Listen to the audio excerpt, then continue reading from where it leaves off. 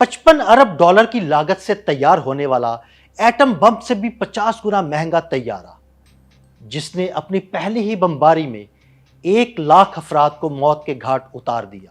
آئیے آپ کو اس تباہ کن طیارے کے بارے میں بتاتے ہیں جس نے تباہی کی داستان رقم کر دی۔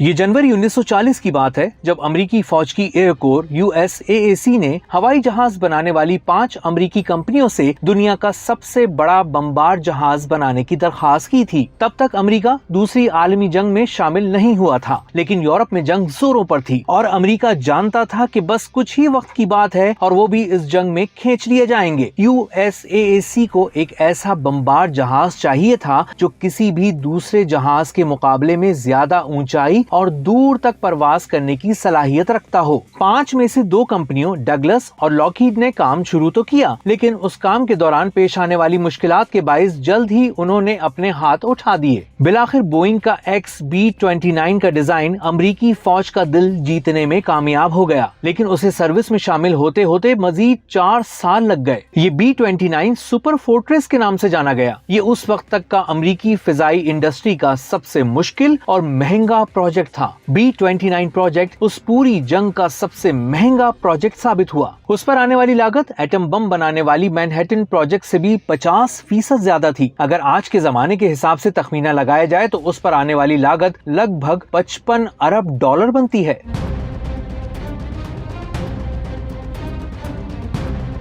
دوسری عالمی جنگ کے ابتدائی سالوں میں بوئنگ اور دوسری کمپنیز کی جانب سے بنائے گئے بمبار جہاز 20,000 فٹ کی اونچائی پر پرواز کر سکتے تھے، لیکن اس سے جہاز پر سوار عملے کے لیے مشکلات میں اضافہ ہوتا تھا، کیونکہ اتنی اونچائی پر پرواز کرتے ہوئے بے ہوش ہونے سے بچنے کے لیے ہر وقت آکسیجن کی ضرورت پڑتی تھی۔ اس کے علاوہ جہاز کے عملے کو ایسے سوٹ کی ضرورت بھی پڑتی تھی جو بجلی کی مدد سے گرم رہیں۔ 20,000 فٹ کی اونچائی پر پرواز کرنے کے لیے حالات مشکل تھے اور B-29 کو تو 30,000 فٹ کی اونچائی پر پرواز کے قابل بنایا جانا تھا۔ اس کے لیے بوئنگ نے ایک پریشرائزیشن کی تکنیک اپنائی، جس سے جہاز کے کیبن میں بھی سطح زمین جیسا ہی آکسیجن اور ہوا کا دباؤ پیدا کیا گیا۔ اس تکنیک کے تحت ہوا کو انجن سے نکال کر ٹھنڈا اور صاف کرنے کے بعد کیبن میں پمپ کیا جاتا تھا۔ اس سے عملے کو بھاری بھرکم سوٹ پہننے کی ضرورت نہیں رہتی تھی۔ دوسری عالمی جنگ کے دوران حملہ آور طیاروں کی تیز رفتاری کا مطلب یہ تھا کہ بندوق برداروں کے پاس ہدف کو چننے کے لیے محض 1 سیکنڈ کا وقت ہوتا تھا۔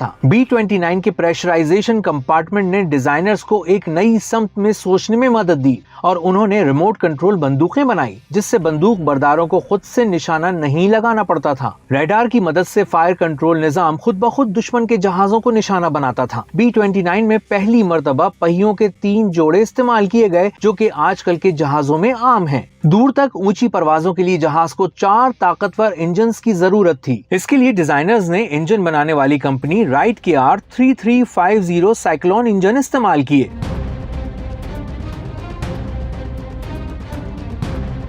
دسمبر 1942 میں طیارے کی پہلی پرواز کے دوران 4 انجنز میں سے ایک میں آگ لگ گئی اور پرواز مختصر کرنی پڑی۔ فروری 1943 میں B-29 کے دوسرے پروٹوٹائپ کے انجن میں آگ لگ گئی اور یہ طیارہ سیٹل کے قریب گر کر تباہ ہو گیا۔ B-29 کا انجن ہی اس کا واحد مسئلہ نہیں تھا، بلکہ اس دیوقامت جہاز کو بنانے کے لیے 4 الگ الگ فیکٹریوں کی ضرورت پڑی۔ B-29 کو بھی دوسرے طیاروں کی طرح ہاتھ سے بنایا جا رہا تھا، لیکن یہ طیارہ دوسرے طیاروں سے بہت مختلف تھا۔ پہلی کھیپ میں تیار ہونے والے B-29 طیاروں میں سے ہر ایک کا وزن دوسرے سے مختلف تھا۔ ان میں سے صرف 20% طیارے ہی اڑان کے لیے فیکٹری سے باہر جا سکے۔ پہلے B-29 طیاروں نے اپنی پہلی پرواز جنوب مغربی چین میں اپنے نئے اڈوں کی جانب بھری، جہاں سے انہیں جاپان کے خلاف استعمال کیا جانا تھا۔ پہلے B-29 طیاروں کو چین کے صوبے چانگڈو میں اتحادی افواج کے اڈے سے اڑایا گیا تھا۔ B-29 کو صرف بحر الکاہل میں استعمال کیا گیا تھا۔ زیادہ تر B-29 طیاروں کو بحر الکاہل کے جزیروں پر بنے عارضی ہوائی اڈوں سے اڑایا جاتا تھا۔ ایٹم بم گرانے سے قبل B-29 کے سب سے متنازع مشن میں سے ایک 9 مارچ 1945 کو ٹوکیو پر کی جانے والی بمباری تھی۔ اس بمباری کے نتیجے میں ایک اندازے کے مطابق 1 لاکھ سے زائد افراد مارے گئے تھے۔ دوسری عالمی جنگ کے بعد B-29 بمبار طیارے کوریا جنگ میں بھی استعمال کیے گئے۔ بعد ازاں انہیں فضا سے فضا میں ایندھن بھرنے کے لیے بھی استعمال کیا گیا۔ 1940 کی دہائی میں تقریباً 4000 B-29 جہاز بنائے گئے گئے تھے، لیکن آج